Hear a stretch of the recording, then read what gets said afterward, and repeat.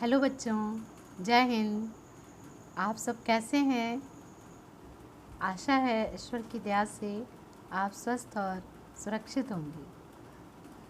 बच्चे, आज मैं मंदिर स्थापत्य के बारे में, भारतीय मंदिरों की बनावट कैसे प्रारंभ हुई, कैसे उसका विकास हुआ और किन किन चरणों में होकर आगे बढ़ी, इसके बारे में मैं आपको बताऊंगी। ये मंदिर, भारतीय मंदिर स्थापत्य का निर्माण जो है, ये एमए फाइनल ईयर के 4th सेमेस्टर का यूनिट है, जिसमें कि मंदिरों की बनावट और उसका प्रारंभ और उसका विकास। तो सबसे पहले बच्चे, मंदिर स्थापत्य का उद्भव कैसे हुआ? मंदिर बिना मूर्तियों के हो नहीं सकता। कोई भी मंदिर जब तक उसमें मूर्ति की प्राण प्रतिष्ठा न की जाए, तब तक वो मंदिर मंदिर नहीं हो सकता, वो एक भवन ही रहेगा। सर्वप्रथम लोगों ने अपने इष्ट देवों की संकल्पना मूर्तियों के रूप में की। गांव में आज भी आपने देखा होगा, पीपल, नीम, बरगद के चारों ओर चबूतरा बनाकर पेड़ के नीचे कोई भी मूर्ति रख कर जल चढ़ाना, पूजा करना, ये सब आज भी गांव में देखने को मिलता है। तो ये प्रारंभ में, ये मूर्ति पूजा का प्रारंभ माना जा सकता है कि गांव में सबसे पहले वृक्ष के नीचे चबूतरा बनाकर मूर्ति पूजा प्रारंभ हुई। लोगों ने फिर सोचा कि अब ये वृक्ष के नीचे मूर्तियाँ धूल, धुआं, धूप, आंधी, पानी, इन सब से सुरक्षित नहीं थीं। तो मनुष्य के मस्तिष्क का विकास हो रहा था और लोगों ने फिर मूर्तियों के लिए आवास बनाना प्रारंभ किया। आपने ध्यान दिया होगा कि बुद्ध की मूर्ति के ऊपर छत्र का निर्माण किया जाता है। सारनाथ संग्रहालय में बुद्ध और बोधिसत्व की मूर्तियाँ सुरक्षित हैं, जिन पर छत्रावली बनाई गई है। पीछे से एक छत्र अंकित है। ये छत्र प्रतीक होता था राजा का। तो बुद्ध तो राजघराने से थे, इसलिए बुद्ध की मूर्तियों के साथ छत्र का निर्माण किया गया। कालांतर में छत्र का उपयोग करने से मूर्तियाँ धूल, धुआं, धूप, पानी आदि से सुरक्षित रहने लगी। देखिए, अब एक छत्र के निर्माण से मूर्तियों की सुरक्षा बढ़ गई। चबूतरे पर मूर्तियां रखकर पीछे से छत्र लगाकर स्थापित किया गया।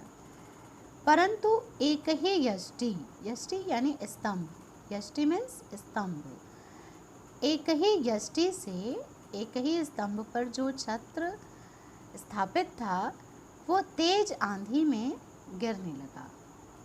तो फिर लोगों ने विचार किया कि इसके चारों ओर स्तंभ बनाकर छत्र बनाया जाए, जिससे मूर्तियां तेज आंधी से सुरक्षित हों। तो लोग ऐसा फिर विचार विमर्श करके मूर्तियों के चारों ओर, चबूतरे के चारों ओर 4 छत्र का निर्माण किया। 4 छत्र बनाए जाने लगे, तो जिससे चारों ओर से मूर्तियां सुरक्षित हो गईं और उनकी आयु भी बढ़ गई। और कभी कभी मनुष्य भी उसमें आश्रय लेने के लिए जाने लगे। कभी मनुष्य विश्राम के लिए या आंधी पानी से बचने के लिए उस छत्र के नीचे आश्रय लेने लगे। फिर कालांतर में मानव बुद्धि के विकास के साथ लोगों ने उन चारों छत्रों के और चारों ओर दीवार बनाकर ऊपर छत्र बना दिया। चारों ओर से दीवार बना दी गई मूर्तियों के चबूतरे के चारों ओर, जिससे मूर्तियाँ एक आवाज़ में बंद हो गईं। अब मूर्तियाँ एक आवाज़ में बंद हो गईं, अर्थात एक भवन हो गया, एक घर हो गया। इसको नाम दिया गया देवालय या देवायतन या मंदिर कहा गया। अब देखिए, ये नाम यहाँ से प्रारंभ होते हैं जब मूर्तियों को एक आवास में बना करके स्थापित कर दिया गया, उसके चारों ओर दीवार बना दी गई और फिर उस मूर्ति के ऊपर छत्र स्थापित कर दिया गया, तो उसको नाम दिया गया देवालय, देवायतन या मंदिर, जिसमें मंदिर बहुत प्रसिद्ध हुआ। तो मानसर तथा मैमत के मैमत ग्रंथ है, मानसर और मैमत ग्रंथ में सर्वप्रथम मंदिर का उल्लेख किया गया है। मंदिर का अर्थ है मन, धन, दर। मन अर्थात आत्मा, मन का अर्थ होता है आत्मा, और दर का अर्थ होता है गुफा या देवालय। अर्थात मन जो आत्मा या देवता है जो गुफा में निवास करता है। मन, हमारा मन जो आत्मा है और वो एक देवता भी माना गया है, और वही आत्मा, वही देवता एक गुफा में निवास करता है। दर मीन्स गुफा, अर्थात मंदिर। मंदिर परंपरा में भवन न कहकर मंदिर को वास्तु पुरुष कहा गया। जैसे किसी पुरुष के अंग होते हैं, मानव के अंग होते हैं, वैसे ही मंदिर का भी अंग विन्यास किया गया। जैसे पैर, जंघा, मुख, कटी, कटी मीन्स कमर, वक्ष, स्कंध, ललाट, ग्रीवा, नासिका, हाथ, शिखर आदि, ये सब उसके अंग विन्यास किए गए। अब ये सब कल्पना किस आधार पर हुई? ये सारी कल्पनाएं मनुष्य ने प्रकृति के आधार पर की। प्रकृति के अनुसार ही कल्पनाएं चलती हैं। जैसे जिस समय की प्रकृति होती है उसी के अनुसार वैसी कल्पना चलती है। तो मानव अंगों के आधार पर मंदिर को विभक्त किया गया। जिस प्रकार मानव मन के भीतर हृदय होता है, उसी प्रकार मंदिर के भीतर गर्भगृह में मूर्ति होती है, और मूर्ति ही उस मंदिर का हृदय होती है। कितनी सुंदर बात कही गई है कि जिस प्रकार मानव हृदय में, हमारे हृदय में, हमारे मन में हृदय है, तो मंदिर में जो गर्भगृह है उसको मंदिर का हृदय कहा गया है। मंदिर का हृदय यानी उसका गर्भगृह, और मूर्ति ही उस मंदिर का हृदय होती है। जिस तरह मानव के भीतर प्राण होता है, उसी तरह मंदिर के भीतर देवता की मूर्ति होती है। इसीलिए जब किसी मंदिर में किसी देवता की मूर्ति स्थापित होती है तो उसको कहा जाता है देवता की प्राण प्रतिष्ठा हो रही है। किसकी प्राण प्रतिष्ठा हो रही है? देवता की प्राण प्रतिष्ठा हो रही है। मंदिर का निर्माण दक्षिण भारत में 6ठी शताब्दी ईस्वी में प्रारंभ हुआ। मंदिर को दक्षिण भारत में नया नाम मिला। क्या नाम मिला? राज। मंदिर को दक्षिण भारत में राज भी कहा गया है। अभी तक मंदिर को एक सामान्य मानव के रूप में संकल्पना की गई थी। अब एक राजपुरुष के रूप में अवधारणा बनाई गई। जिस प्रकार राजा सिंहासन पर बैठकर दयालु बनकर लोगों का आवेदन सुनता है, लोगों की प्रार्थनाएं सुनता है और उपहार लेता था, उसी प्रकार मंदिर में भगवान की मूर्ति भक्तों को दर्शन देने, नैवेद्य या चढ़ावा स्वीकार करने के लिए स्थापित की गई। इसलिए राजा के समान मंदिर के देवता का आसन, पादपीठ, पैर रखने की चौकी, छत्र, गर्भगृह, गर्भगृह यानी एक विशेष स्थान, सभागृह, राजवंदना, गीत स्तुति जो राजा के स्वागत में गाते हैं, और मंदिर में भजन कीर्तन का नाम दिया गया। पहले देखिए मंदिर एक सामान्य व्यक्ति के रूप में स्थापित हुआ, फिर अब आगे चल कर के मंदिर को एक राजपुरुष के रूप में, एक राजा के रूप में उसकी संकल्पना की गई, और राजा के ही तरह उसके अलग अलग अंग विन्यास बनाए गए। जैसे राजा सिंहासन पर बैठता है, चरण चौकी पर पैर रखता है, उसकी सभा गृह में उसकी वंदना होती है। उसी तरह से मंदिर में भी भगवान के सामने भजन कीर्तन करना, भगवान का भक्तों को दर्शन देना, नैवेद्य स्वीकार करना आदि, ये सब संकल्पना स्थापित की गई। और जिस प्रकार राजा अपने महल में नृत्य देखता था, उसी प्रकार मंदिर में भी नृत्य प्रारंभ हुआ।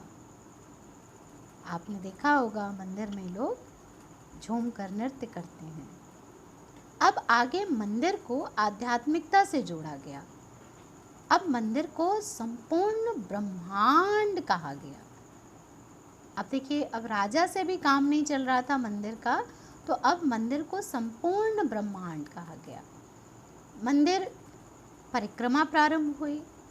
मंदिर समस्त ब्रह्मांड के प्रतीक के रूप में स्थापित हुआ। मंदिर की परिक्रमा करने से संपूर्ण ब्रह्मांड की परिक्रमा हो जाती है, ऐसी संकल्पना स्थापित की गई।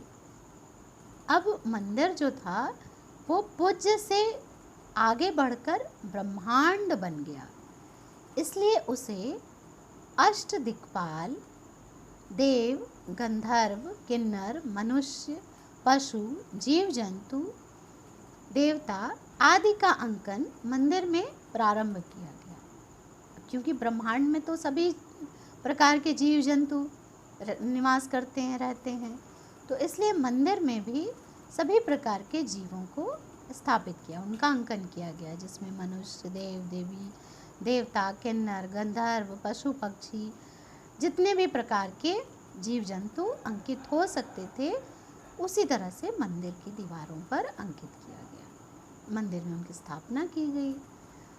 मंदिर की भित्तियों, शिखरों, गवाक्ष यानी आला, जिसमें छोटी छोटी मूर्तियां स्थापित की गई। गवाक्षों में विभिन्न प्रकार के देवी देवता, सुर, असुर, अप्सरा, किन्नर, गंधर्व, ऋषि मुनि आदि के चित्रों को भी उकेरा गया,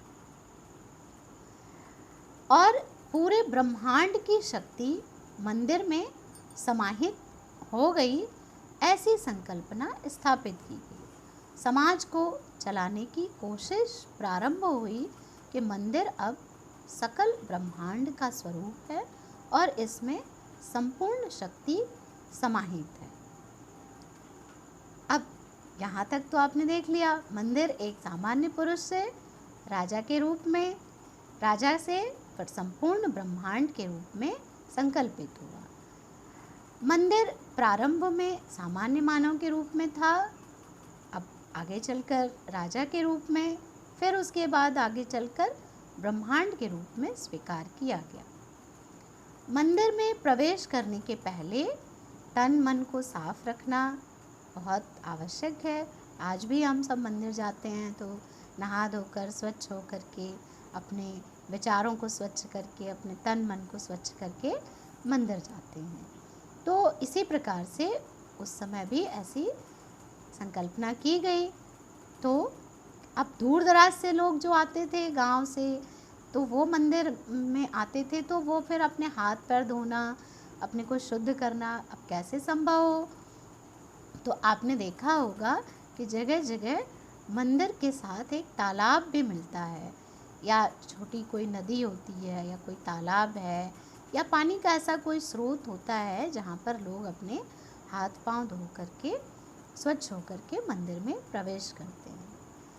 तो मंदिर में इसका अंकन कैसे किया जाए, कि स्वच्छता का प्रतीक क्या बनाया जाए। तो गंगा और यमुना, गंगा का वाहन क्या है? गंगा और यमुना, गंगा का वाहन मकर है और यमुना का वाहन कच्छप है। तो मंदिर के दोनों ओर, अगल बगल दोनों पार्श्वों में मकर और कच्छप का अंकन किया गया। ये मकर और कच्छप का अवशेष जो है, पुरातात्विक अवशेष अहिछत्रा से 2 बड़े बड़े मूर्तियाँ मिली हैं जो नेशनल म्यूजियम में संरक्षित हैं। भारतीय मंदिरों का विकास कई चरणों में हुआ।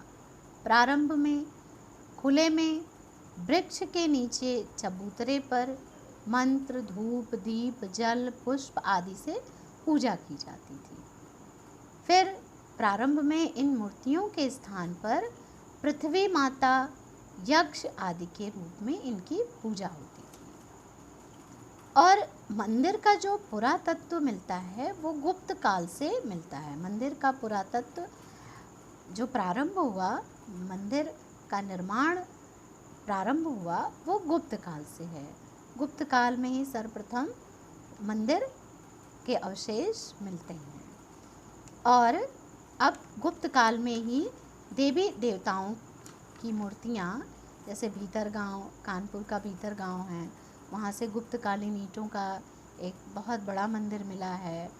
देवगढ़ का दशावतार मंदिर है।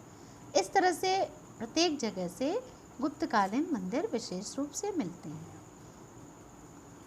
तो आपने देखा कि कैसे मंदिर की संकल्पना प्रारंभ हुई, कैसे उसकी बनावट प्रारंभ हुई, कैसे एक सामान्य पुरुष से राजा के रूप में, उसके बाद फिर संपूर्ण ब्रह्मांड के रूप में मंदिर को स्वीकार किया गया और उसमें संपूर्ण शक्ति समाहित कर दी गई समाज को व्यवस्थित रूप से चलाने के लिए। और इस प्रकार से मंदिरों की बनावट प्रारंभ हुई। आज के लिए बस इतना ही। आशा है आपको समझ में आ रहा होगा मंदिरों की बनावट। मंदिर हमारे जीवन से, हमारी दिनचर्या से जुड़े हुए हैं, इसलिए आपको आनंद आ रहा होगा। आप आनंदित रहें। धन्यवाद। जय हिंद।